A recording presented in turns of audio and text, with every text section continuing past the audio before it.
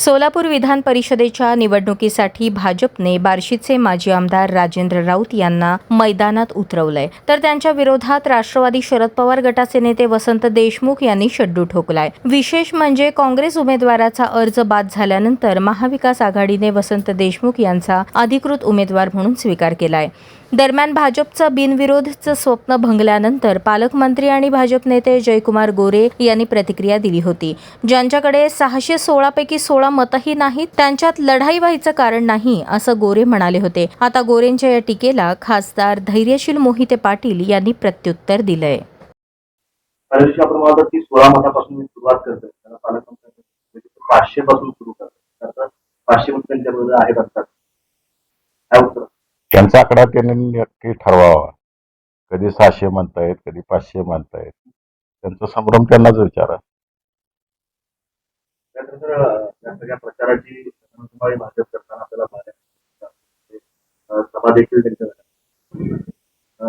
काम तत्पुरे असतील, पालकमंत्री असतील, सातत्याने आपल्यावर टीका करतायत। पालकमंत्र्यांचं असं म्हणणं आहे की संपलेलं कुटुंब होतं, त्याला देवेंद्र उभं केलं आणि त्या कुटुंबाला उभं केलं, ते आज बेईमानी करतात।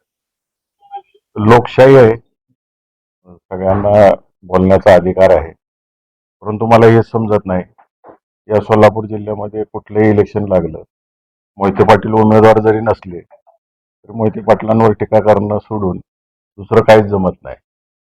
इलेक्शन कशाचे, त्याच्या विकासाच्या मुद्द्यावर बोललं गेलं पाहिजे, त्याच्यावर कोण बोलतच नाही। त्यांची मर्जी, आम्ही आमचा विकास काय करणार आहे, लोकांना काय देणार आहे, मतदारांना कशा पद्धतीने त्यांच्या प्रभागामध्ये कामं केली जाणार आहेत, त्यांना कशा पद्धतीने मदत केली जाणार आहे, ह्याच्यावर आम्ही आमचा प्रचार करतोय। यांचा मात्र वैयक्तिक ह्याच्यावर चालू आहे सगळा। पण हे ठीक आहे, मोहिते पाटील संपलेलं होतं आणि त्याला फडणवीसांनी उभं केलं, हे म्हणणं कितपर्यंत येऊ? या सोलापूर जिल्ह्यातल्या जनतेनं आम्हाला उभं केले, कुठून येऊन ठेवायचं आहे ही जनताच ठरवेल। काळ बदलला आहे, आज कोतवाल पण नमस्कार करत नाही, राज्य गेलं पण थाट गेला नाही, अशा प्रकारची टीका पालकमंत्र्यांनी आपली मागाशीच सांगितलं मी तुम्हाला सगळ्यांना, इलेक्शन कशाचं आहे आणि कशावर टीका करत सुटलेत, या जिल्ह्याला काय देणार आहे त्याच्यावर कोण काय बोलतच नाही।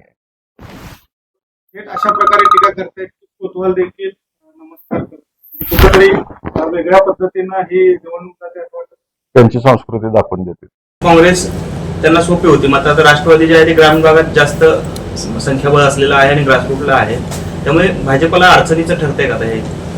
त्यांनाच विचारायला लागेल अडचणीच ठरतंय का काय, कारण का एवढं पाशवी बहुमत आहे असं सांगतात ते, एवढं घाबरून का पळायला लागले, स्वतःच्या मतदारांवर विश्वास नाही असं दिसतंय।